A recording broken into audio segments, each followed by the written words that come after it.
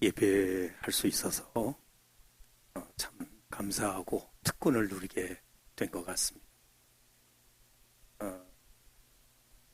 제가 지난해에도 청량에 있는 어떤 교회에 노인들이 한 4분, 5분 남아있는 교회에 가서 한 달 이상 설교로 섬겼던 적이 있습니다. 여러분과 함께 예배 드릴 수 있게 된 것을 저는 영광으로 생각합니다. 제가 1978년에 공군 군목으로 임관해서 처음 제주도 모슬포에 있는 육군 제2훈련소에 갔을 때 이 예배당에 한 6배 정도 되는 예배당에 한 명을 앉혀놓고 예배를 시작한 적이 있습니다. 그래서 전혀 낯설지 않아요. 여러분 참 고맙습니다. 여기 이제 목사님 네 분은 잘 아시지만 제가 2005년에 지금부터 19년 전에 간 이식 수술을 받았습니다. 간암으로. 그래서 지금 제가 이식 환자예요. 멀쩡해 보이죠? 근데 그때 제 몸무게가 한 72, 3kg 나갔었는데요. 8월 9일 새벽에 수술실로 들어갔다가 8월 10일 새벽에 나왔어요. 나오니까 몸무게가 20kg 이상이 줄어가지고 50kg가 안 되더라고요. 그러다가 이제 정상화돼서 몸이 좀 늘었어요. 지금은 나이가 들고 운동을 좀 해가지고 이제 68kg 정도 됩니다. 그런데요, 체중이 무거워서 좋을 게 있을까요? 움직임이 둔해지지요? 옷이 맞질 않죠? 특히 배가 나오게 되면 보기가 좀 불편해요.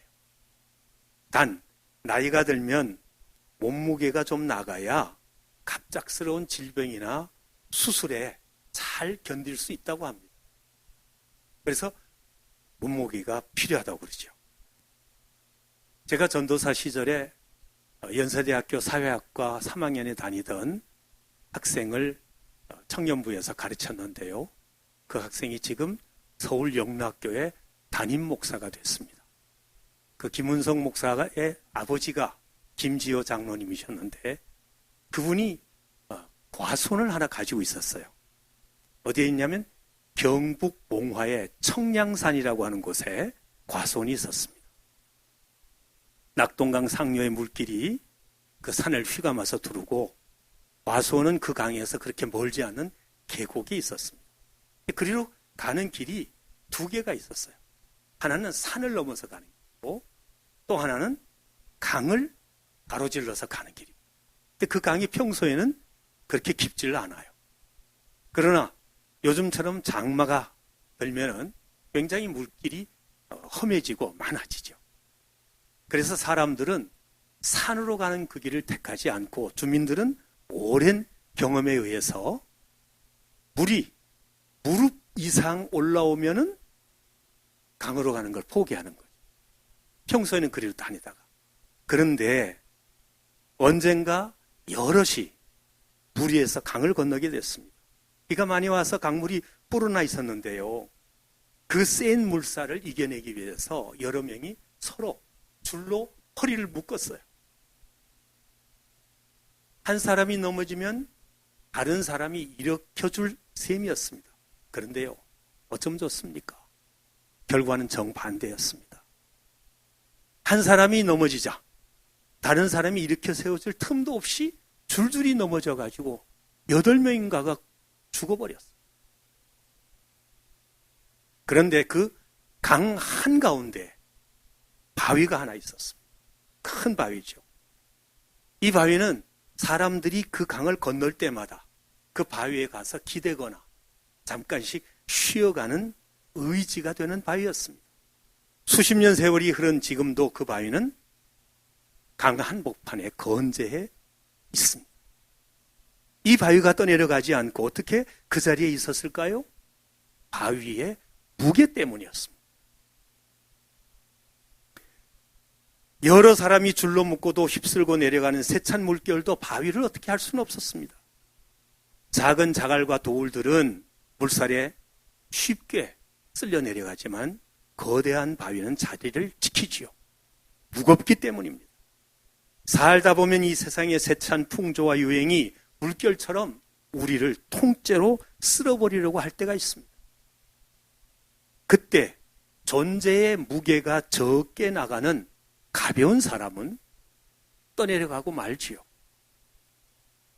오늘의 본문은 그렇게 떠내려가 버린 한 사람을 우리에게 소개하고 있습니다. 그는 신바벨론 제국의 마지막 왕인 벨사살이라는 사람입니다. 여기 2절에서 느부갓네살의 왕의 아들처럼 표현이 되어 있지만 사실은 나보니다스 왕의 아들로 이 표현은 아들이라기보다는 후손이란 뜻입니다.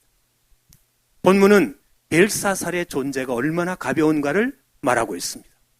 어느 날 벨사살은 1000명의 귀족들을 초대해서 큰 잔치를 열고 신나게 먹고 마셨습니다. 정사를 돌보지 않고 날마다 잔치만 연다면 모르겠지만 왕이 잔치를 베푸는 게 시비거리가 될 수는 없었습니다. 그래서 본문은 잔치를 문제 삼지는 않았습니다. 문제는 벨사살이 여호와 하나님의 성전에서 쓰던 금, 은그릇으로 먹고 마신 일이었습니다. 이 귀한 그릇들은 느부갓네살 왕이 남왕국 유다를 침공해서 예루살렘 성전에서 약탈한 것들이었지요. 벨사살은 하나님의 성전에서 제사할 때 사용하던 거룩한 그릇들에다가 술을 부어서 마셨습니다. 오늘 본문이 이렇게 말하죠. 벨사살이 술을 마실 때에 명하여 그에 붙인 느부갓네살이 예루살렘 성전에서 탈취하여 온 금, 은그릇을 가져오라고 명하였으니 이는 왕과 귀족들과 왕후들과 후궁들이 다 그것으로 마시려 함이었더라. 이에 예루살렘 하나님의 전 성소 중에서 탈취하여 온 금그릇을 가져오매 왕이 그 귀족들과 왕후들과 후궁들과 더불어 그것으로 마시더라. 이게 결정적인 문제였습니다. 나아가 벨사살은 사람이 만든 우상들을 찬양했습니다. 4절을 보십시오. 그들이 술을 마시고는 그 금, 은, 구리, 쇠, 나무, 돌로 만든 신들을 찬양하니라. 그런데 주흥이 돌고 잔치가 무르익을 무렵 좌정을 모두 얼어붙게 만드는 일이 벌어졌습니다. 석회석의 벽에 사람의 손가락들이 나타나서 글자가 쓰여지는 광경을 보게 된 것이죠. 그 순간 벨사살은 두려움에 떨었습니다. 5절과 6절이 말합니다. 그때 사람의 손가락들이 나타나서 왕궁 촛대 맞은편 석회석에 글자를 쓰는데 왕이 그 글자 쓰는 손가락을 본지라. 이에 왕의 즐기던 얼굴빛이 변하고 그 생각이 번민하여 넓적다리 마디가 녹는 듯하고 그의 무릎이 서로 부딪힌지라. 사람들은 극도의 공포에 빠져들었습니다. 취기가 싹 가셨을 겁니다. 벨사살은 당장 사람을 불러서 벽에 쓰인 글자를 읽어서 뜻을 밝히라고 재촉했습니다. 7절이 말합니다. 왕이 크게 소리질러 술객과 갈대아 술사와 점쟁이를 불러오게 하고 바벨론의 지혜자들에게 말하되 누구를 막론하고 이 글자를 읽고 그 해석을 내게 보이면 자수색 옷을 입히고 금사슬을 그의 목에 걸어주리니 그를 나라의 셋째 통치자로 삼으리라 하니라. 그때 왕의 지혜자가 다 들어왔으나 능히 그 글자를 읽지 못하며 그 해석을 왕께 알려주지 못하는지라. 그러므로 벨사살 왕이 크게 번민하여 그의 얼굴빛이 변하였고 귀족들도 다 놀라니라.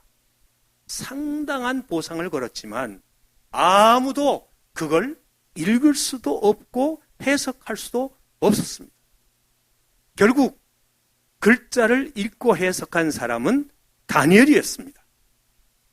그 글자의 의미가 무엇일까요? 여러분 25절을 펼치시기 바랍니다. 5장 25절을 펼치시고 한 목소리로 읽겠습니다. 25절로부터 28절까지 읽습니다. 기록된 글자는 이것이니 곧 메네 메네 데겔 우바르시니라. 그 글을 해석하건대 메네는 하나님이 이미 왕의 나라의 시대를 세워서 그것을 끝나게 하셨다 함이요. 데겔은 왕을 저울에 달아보니 부족함이 보였다 함이요. 베레스는 왕의 나라가 나뉘어서 메대와 바사 사람에게 준 바 되었다 함이니다 하니. 그게 의미예요. 자, 이게 메네 테겔 우바르신이라고 하는 말은 아람어입니다. 아람어로 메네라고 하는 건 원래는 미나, 한미나, 한미나. 그러니까 메네, 한미나. 그런데 이 라틴어 성경인 불가타는 두 개가 같은 단어이기 때문에 하나를 빼고 하나만 번역을 했어요. 한미나. 그 다음 단어가 뭐냐면 체켈이라고 하는 건데요. 체켈이라고 하는 말은 원래 세계를 말하는 겁니다. 세계. 그러니까 한미나, 한 세겔. 그리고 두 개의 반미나라고 하는 의미예요. 그러니까 아람어의 단어의 나열입니다. 그러면 여기서 말하는 미나란 무엇이냐? 미나는 느부갓네살을 말하는 겁니다. 그리고 세겔이 뭐냐? 세겔은 벨사살을 말하는 겁니다. 그런데요, 미나와 세겔의 차이가 있어요. 한미나는 60세겔입니다. 단위상. 그러면은 느부갓네살은 60세겔의 무게가 되는 존재고 벨사살은 한 세겔에 불과하다. 그러니까 조상에 비해서 얼마나 떨어져요? 60분의 1밖에 안 된다.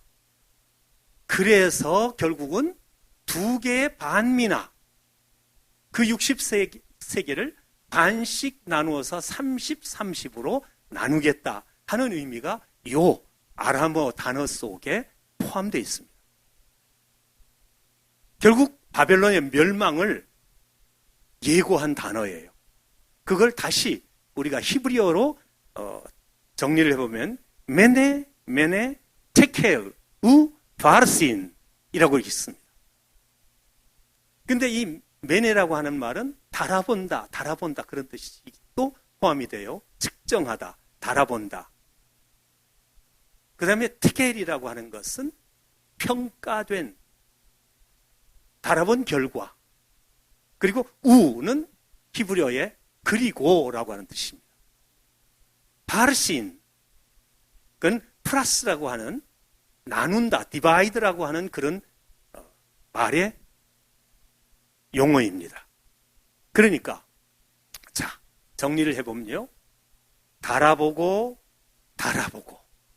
그래서 저울에 올려놔 보니까 부족해서 나눈다 라고 하는 뜻입니다.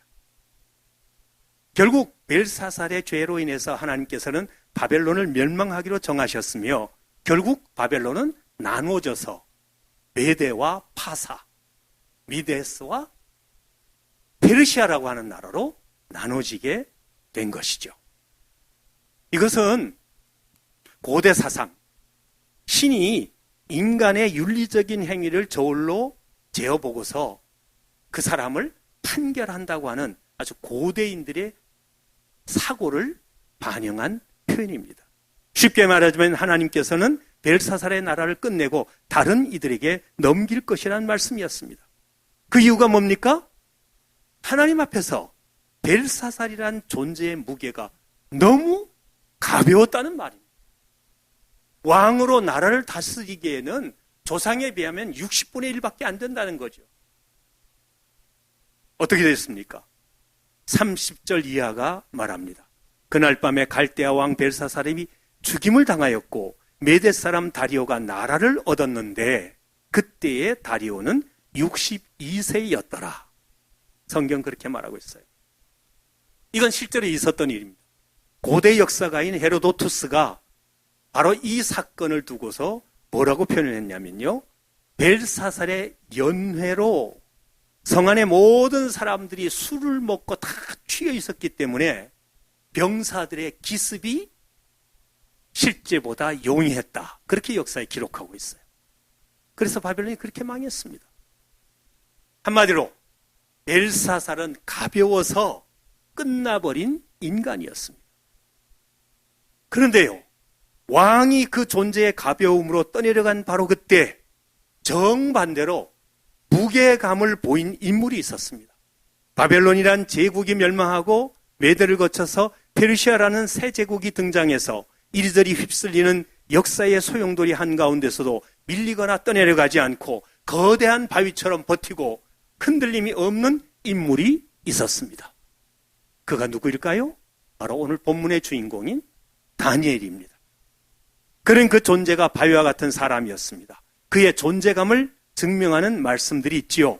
다니엘서 1장 21절은 다니엘은 고레스 왕 원년까지 있으니라. 다니엘서 6장 28절은 이 다니엘이 다리오 왕의 시대와 바사 사람 고레스 왕의 시대에 형통하였더라. 두 왕의 시대에 형통했다 그랬어요. 새 대통령이 취임하면 통치 철학에 따라 새로운 인물들이 정강가에 배치되지요. 정권이 바뀌면 최소 600개에서 수천 개의 자리가 주인이 바뀐다고 합니다. 통치자 개인이 바뀌어도 그런데 하물며 나라가 망하고 새 정권이 들어서면 그 변화의 폭은 엄청날 것입니다. 과거 녹을 먹던 사람들은 모두 죽거나 추방되고 새 인물들이 들어서지요. 그런데 놀랍게도 나라가 바뀌고 왕들이 바뀌어도 다니엘은 그 자리에 여전히 건재했습니다. 이게 바로 다니엘의 존재감이었습니다. 바벨론의 포로로 끌려온 주전 605년 이후 그는 느부갓네살에게 발탁돼서 관직에 올랐습니다.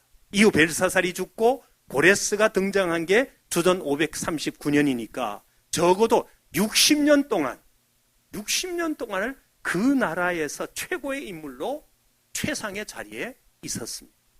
나라가 바뀌어도 왕이 바뀌어도 그 통치자들은 다니엘의 가치를 알아보았고 모두가 다니엘을 중용했습니다. 그뿐입니까? 손가락이 쓴 글자를 읽고 해석할 사람이 없어서 왕이 분노하고 고민할 때 누가 다니엘을 추천했는지 아십니까? 다른 사람이 아닌 왕의 부인 왕비였습니다. 그런데 그 천거하는 말을 한번 들어보십시오. 왕비가 왕과 그 귀족들의 말로 말미암아 잔치하는 궁에 들어왔더니 이에 말하여 이르되 왕이여 만수무강하옵소서. 왕의 생각을 번민하게 하지 말며 얼굴빛을 변할 것도 아니니이다. 왕의 나라에 거룩한 신들의 영이 있는 사람이 있으니 곧 왕의 부친 때에 있던 자로서 명철과 총명과 지혜가 신들의 지혜와 같은 자니이다. 왕의 부친 느부갓네살 왕이 그를 세워 박수와 술객과 갈대아 술사와 점쟁이의 어른을 삼으셨으니 왕이 벨드사살이라 이름하는 이 다니엘은 마음이 민첩하고 지식과 총명이 있어 능히 꿈을 해석하며 은밀한 말을 밝히며 의문을 풀 수 있었나이다. 이제 다니엘을 부르소서. 그리하시면 그가 그 해석을 알려드리리이다. 놀라운 얘기죠.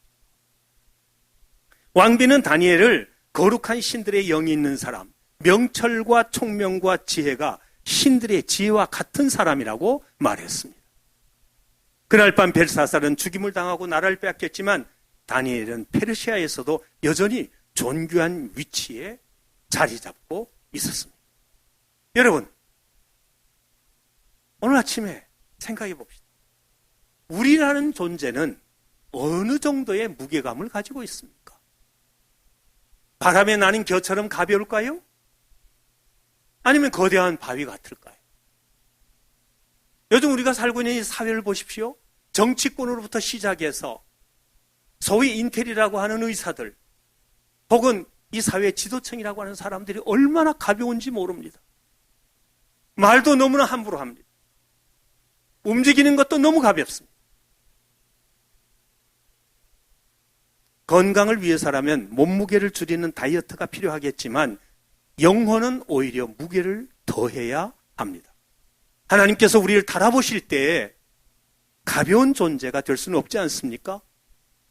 그러면 영혼의 무게를 더하는 비결은 무엇일까요? 요즘 여름철을 맞아서 여행 참 많이 가죠. 그런데 여행하다 보면 짐이 항상 문제입니다. 항공사마다 개인이 소지할 짐의 무게를 제한하죠. 뿌리다 보면 가방이 한도를 넘어서요. 그래서 막상 가서 이제 표를 끊으려고 하면은 무게를 달아보죠. 그러면은 어쩔 수 없이 가방을 열고 요긴하지 않는 물건을 하나씩 둘씩 빼내서 함께 온 가족편에 돌려보냅니다. 물건을 더하면 무게가 늘고 물건을 빼면 무게가 준다는 건 상식이죠. 그러나 영혼의 경우에는 반대입니다. 더할수록 가벼워집니다. 뺄수록 무거워집니다. 벨사살 왕의 무게가 가벼웠던 이유는 너무 많이 더했기 때문이었습니다. 그는 왕이란 명예에 권력을 더했습니다. 그가 쓴 왕관의 무게가 대단했을 것입니다. 거기에 재물을 더했습니다. 그 나라에서 가장 부자가 벨사살이 아니었을까요? 거기에다가 하나님의 성전 그릇에 술을 부어 마시는 안하무인의 교만까지 더 얹었습니다. 그리고 욕심에 욕심을 더하고 더했습니다. 그 결과 그는 하나님의 저울에서 너무 가벼웠습니다. 더할수록 가벼워진 사례이지요. 그러나 다니엘은 반대였습니다. 그는 모든 걸 비웠습니다. 자기 힘으로 생애 성공을 이룰 수 있다는 자만을 아예 버렸습니다. 높은 자리에 앉았지만 그건 하나님께서 주신 줄 알았기에 절대 교만하지 않았습니다.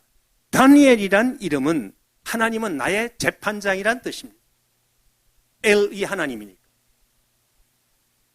그는 모든 것의 최종 판결자가 하나님이심을 알았습니다. 아무리 자신이 옳다고 여겨도 하나님께서 아니하시면 틀린 줄 알았습니다. 그래서 그는 자기 목소리를 내지 않았습니다. 만사를 하나님께 맡겼습니다. 그는 높은 자리에 나아갈수록 더 낮아졌습니다. 마음을 비웠습니다. 그가 비우고 또 비울수록 놀랍게도 그의 무게감은 더해만 갔습니다. 그는 인간적인 걸 다 비우고 하나님으로 그 빈자리를 채웠습니다. 쓸모없는 것을 버리고 비울수록 그의 영혼에 하나님의 자리는 점점 커졌습니다. 그는 인생에서 하나님의 비중이 커질수록 점점 더 무게 있는 신앙인이 되었습니다. 여러분, 지금 우리는 어떻습니까? 혹시 벨사살처럼 인간적이고 세속적인 뭔가를 계속 내게 채우려고 하고 있지는 않습니까? 많이 가진 것처럼 보이는 바로 그때가 가장 가벼운 위험의 순간임을 잊어서는 안 됩니다. 다니엘서 5장을 여러분 읽어보십시오. 다니엘은 글자의 뜻을 풀어 설명하면서 벨사살의 조상인 느부갓네살의 경우를 들어서 책망했습니다. 다니엘서 4장은 천하를 손에 쥔 느부갓네살이 교만해졌을 때 하나님께서는 그에게서 지각을 뺏어버렸어요. 그래서 그가 미친 사람이 되어서 그가 가진 권력을 모두 잃어버렸어요. 이 모든 게 자신의 교만 때문이라는 것을 깨달은 그는 하나님 앞에서 회개했습니다. 그래서 하나님 앞에 회개했습니다. 뭐라고요? 그가 그 기한이 참에 나 느부갓네살이 하늘을 우러러보았더니 내 총명이 다시 내게로 돌아온지라. 이에 내가 지극히 높으신 이에게 감사하며 영생하시는 이를 찬양하고 경배하였더니 그 권세는 영원한 권세요 그 나라는 대대에 이르리로다. 땅의 모든 사람들을 없는 것 같이 여기시며 하늘의 군대든지 땅의 사람에게든지 그는 자기 뜻대로 행하시나니 그의 손을 금하든지 혹시 이르기를 네가 무엇을 하느냐고 할 자가 아무도 없도다. 그때에 내 총명이 내게로 돌아왔고 또 내 나라의 영광에 대해서도 내 위엄과 광명이 내게로 돌아왔고 또 나의 모사와 관원들이 내게 찾아오니 내가 내 나라에서 다시 세움을 받고 또 지극한 위세가 내게 더하였느니라. 그러므로 지금 나 느부갓네살은 하늘의 왕을 찬양하며 칭송하며 경배하노니 그의 일이 다 진실하고 그의 행하심이 의로우심으로 교만하게 행하는 자를 그가 능히 낮추심이라. 다니엘서 4장의 말씀. 다니엘은 바로 이 사실을 들어서 벨사살을 책망했습니다. 조상이며 선왕인 느부갓네살의 예를 당신이 뻔히 알면서 왜 교만해서 하나님의 성전 그릇으로 술을 부어 마셨는지를 나무랬던 것입니다. 하나님의 성전에 있는 그릇에 술을 부어 마시는 그 경박한 행동, 이미 벨사살의 마음에 선조가 섬겼던 하나님은 계시지 않았고 하나님이 없는 그의 존재는 한없이 가벼워서 함량 미달이었습니다.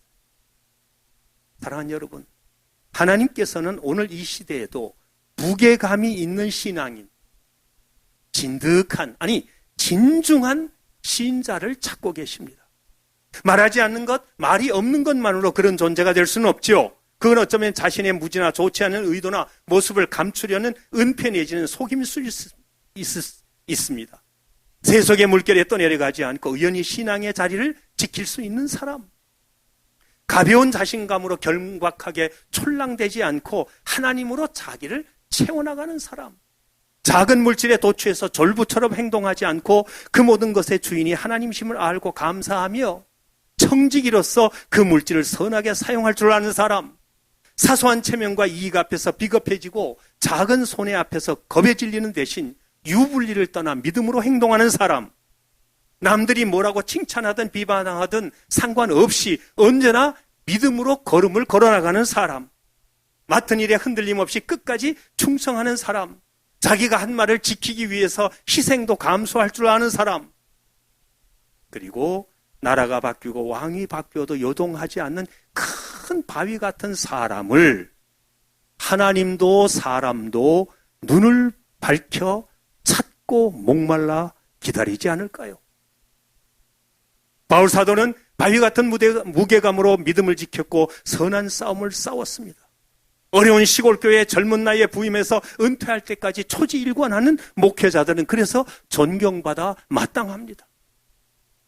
제 한 후배는 신학교를 졸업하고 경기도 안성 매산군 죽산면에 내려가서 42년 동안을 처음 내려가서 교인들을 만났는데 30명이 안 됐어요. 70이 돼서 은퇴할 때 교인들이 15명도 안 되는 그 교회를 지켰습니다. 그는 말했습니다. 목사님, 저는 42년 동안 생활비를 제대로 받아본 적이 없습니다. 그런 사람들이 한국교회를 지켰어요. 요동하거나 떠들지 않고 예배와 기도의 제자리를 지키는 신자들이 정말 아름답습니다. 개척교회나 약한 미자립교회를 묵묵히 지키는 성도들은 순교자들처럼 참으로 훌륭합니다. 직분을 받아서 말보다는 행동으로 섬기며 굳은 일도 마다하지 않고 감당하는 분들이 진정 고맙습니다. 배우자가 유능하든 무능하든 건강하든 병약하든 일관된 사랑으로 함께 가는 이들이 실로 선하고 너무나도 소중합니다. 삶의 형편이나 처지를 탓하거나 핑계하지 않고 무엇이든지 믿음으로 순종하는 이들이 거룩하며 존경스럽습니다. 어떤 이유든 상관하지 않고 더딘 것 같으나 꾸준히 맡은 바 사명 주님의 사역을 위해 선한 의지를 품고 자기만의 땀과 눈물과 희생을 드리는 바로 이런 모습이 인격의 무게요, 신앙의 무게입니다. 나는 그런 분들과 함께 예배 드릴 수 있어서 오늘 참 감사하고 기쁩니다. 정말 유치원의 시 그리움이 생각납니다. 파도야 어쩌란 말이냐, 파도야 어쩌란 말이냐, 임은 뭇같이 까딱았는데 파도야 어쩌란 말이냐, 날 어쩌란 말이냐. 그러나 여러분, 세상의 그 무엇보다도 존재의 무게가 가장 무거운 분은 하나님 아버지이십니다. 하나님께서는 우리가 가볍게 촐랑거리는 순간에도 우리에게 만세반석이 되어주셨습니다. 우리가 방황할 때도, 아파서 악을 쓰며 몸부림칠 때도, 너무 억울해서 한과 도끼를 품고 아우성칠 때도, 지쳐서 널브러져 아무것도 하지 않을 때도, 분을 참지 못해 파르 떨 때도, 외로워서 방황하며 뭔가를 정신없이 찾을 때도 하나님을 전혀 인식하지도 않고 생각도 없고 찾지도 않고 그리워하지도 않고 오히려 무시할 때도 한치의 움직임이 없이 우리 곁을 지키시는 분, 바로 그분이 여러분과 제가 믿는 우리 하나님이시고, 그분의 돌보심으로 오늘을 살아가는 존재가 바로 우리입니다. 그러므로 이제부터라 또 우리가 더 겸손해야 하지 않을까요? 내 심령과 그 깊은 데를 세속적이고 인간적인 것들로 채우려 하기보다는 아예 모두 비워내십시다. 그리고 빈자리에 하나님의 말씀, 하나님의 뜻을, 하나님을 모셔드립시다. 간곡히 청해 모십시다. 그러기에 기도가 간구가 끊어져서는 안 됩니다. 하나님께서는 가장 무거운 분이시기에 그 심령에 그분을 모시고 사는 사람은 그 영혼이, 그 존재가 무거운 사람이 될 수밖에 없습니다. 그리하여 감사하고 찬양하며 밝은 얼굴과 맑은 목소리로 주님의 뜻이 내 삶 속에 이루어지기를 기다리면서 힘들어도 어려워도 흔들리지 않고 가볍게 요동하지 않고 믿음의 자리를 끝까지 지켜내십시다. 하나님의 저울로 달아볼 때 함량 미달인 사람이 우리 중에는 하나도 없기를 기원합니다. 그런 마음을 가지고 우리가 찬송가 217장을 기도하는 마음으로 함께 찬양하면서 전혀 흔들림 없이 우리의 걸음을 걸어 나갈 수 있게 되기를 바랍니다. 찬송가 217장 주님의 뜻을 이루소서 기도하는 마음으로 이 찬송을 함께 하겠습니다. 주님의 뜻을 이루소서 고요한 중에 기다리니 같은 날 빚으사 주님의 형상 만드소서. 주님의 뜻을 이루소서. 주님 발 앞에 엎드리니 나의 맘속을 살피시사 눈보다 희게 하옵소서. 주님의 뜻을 이루소서. 병들어 몸이 피곤할 때 권능의 손을 내게 펴사 강건케 하여 주옵소서. 주님의 뜻을 이루소서. 온전히 나를 주장하사 주님과 함께 동행함을 만민이 알게 하옵소서. 아멘.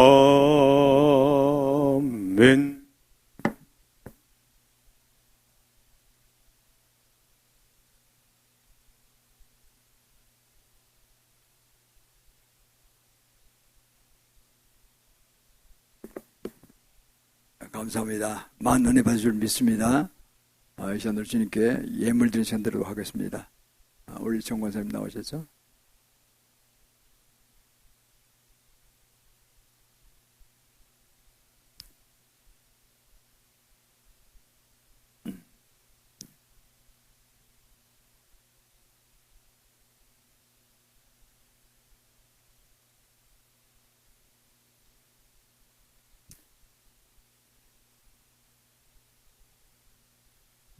모두 일어서시겠습니다.